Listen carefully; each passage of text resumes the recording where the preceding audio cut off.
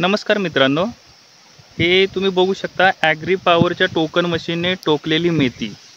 आता तुम्ही भुईमूग, चणा वगैरे सर्व प्रकारच्या बिया बघितल्या असेल टोकताना, पण इथे चक्क मी मेथी टोकलेली आहे.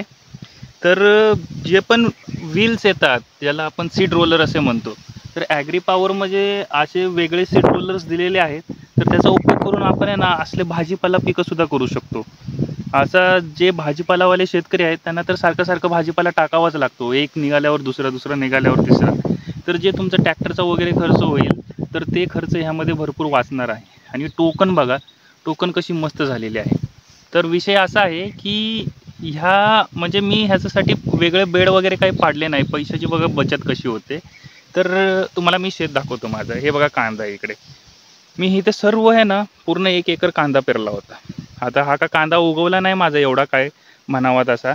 तर आता हे एक पीक मोडून दुसरं पीक करायचं. तर त्यापेक्षा जो उगवला आहे त्याला तसंच ठेवायचं आणि मध्ये काहीतरी टोकावं. म्हणजे कसं मल्टी क्रॉपिंग होईल. एकाच शेतामध्ये 2 किंवा 3 पिकं ह्याला मल्टी क्रॉपिंग बोलतात. तर मल्टी क्रॉपिंग होईल असा माझा विचार होता. तर टोकन मशीनने ते करणं शक्य झालं. तर मी काय केलं, जे बेड होते त्या बेडवर जे मोठे तण होते ते काढून घेतले.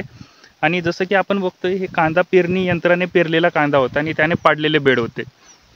तर हे बेड आहे 4.5 फुटाचे. म्हणजे ही नाली, ही नाली ते ही नाली इकडची त्या साईडची, या दोघांमध्ये जो बेड तयार होतो, तर इथून इथपर्यंतचं अंतर 4.5 फूट आहे.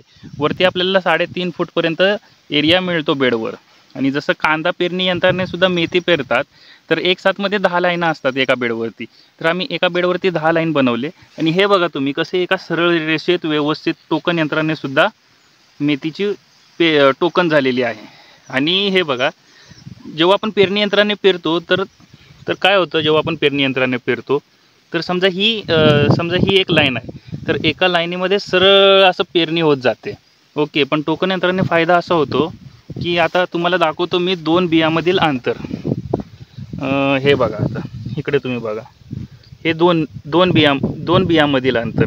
आता इथून इथे मी 5.5 इंच ते 6 इंच एवढं अंतर ठेवलेलं आहे.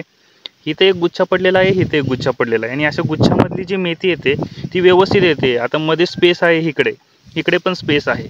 तर ह्या पिकाची वाढ चांगली होणार आहे. ह्याला फुटवे पण येणार आहेत. ह्यांच्यामधील पण अंतर व्यवस्थित आहे, इथला पण अंतर व्यवस्थित आहे. तर अशा पद्धतीने आपण ही मशीन वापरून छोट्या बियाण्यांचीही टोकन करू शकतो. तर हा असा प्लॉट आहे. तुम्हाला पूर्ण प्लॉट दाखवतो. हे बघा.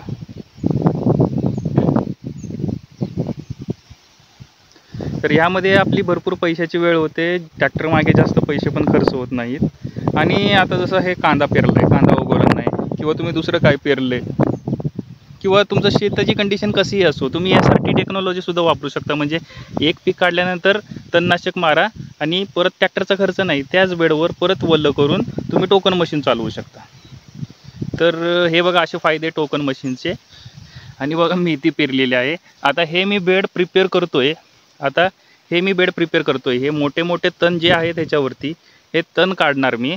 आणि जसं की हा बेड मी साफ केला आहे, पूर्ण क्लीन केला आहे, तसं हे पण तण उपटून घेणार हाताने. ह्याला काही लई टाईम लागत नाही. पाऊस पडलेला आहे, लगेच ते उपटता येतं. आणि ह्याच्यावरती मी धन्याची टोकन करणार आहे. इथे मी धन्याची टोकन करणार आहे. इथे मी मेथी केली. कांदा ऑलरेडी आहे तसा आहे, कांदा पात विकणार आहे. तर ह्याने कसं आहे, म्हणजे आपल्याला आपल्या हिशोबाने करता येतं. ट्रॅक्टरवाल्याची वगैरे काही गरज नाही त्यांचं ऐकायचं किंवा त्याच्यामागे पैसे वेस्ट करायची. एकदा तुम्ही नांगरून घ्या, फणून घ्या आणि परत SRT पद्धतसुद्धा तुम्ही वापरू शकता. तर तुमचे खूप पैसे वाचतात. एकदाच इन्व्हेस्ट करा. टोकन मशीनने सर्व काही तुम्हाला टोकता येते. आणि नॉर्मल पेरणी करून जे उत्पादन येतं त्यापेक्षा टोकनचं उत्पन्न एक नंबर असतं. तर तुम्ही बघू शकता मेथी कशी उगवली.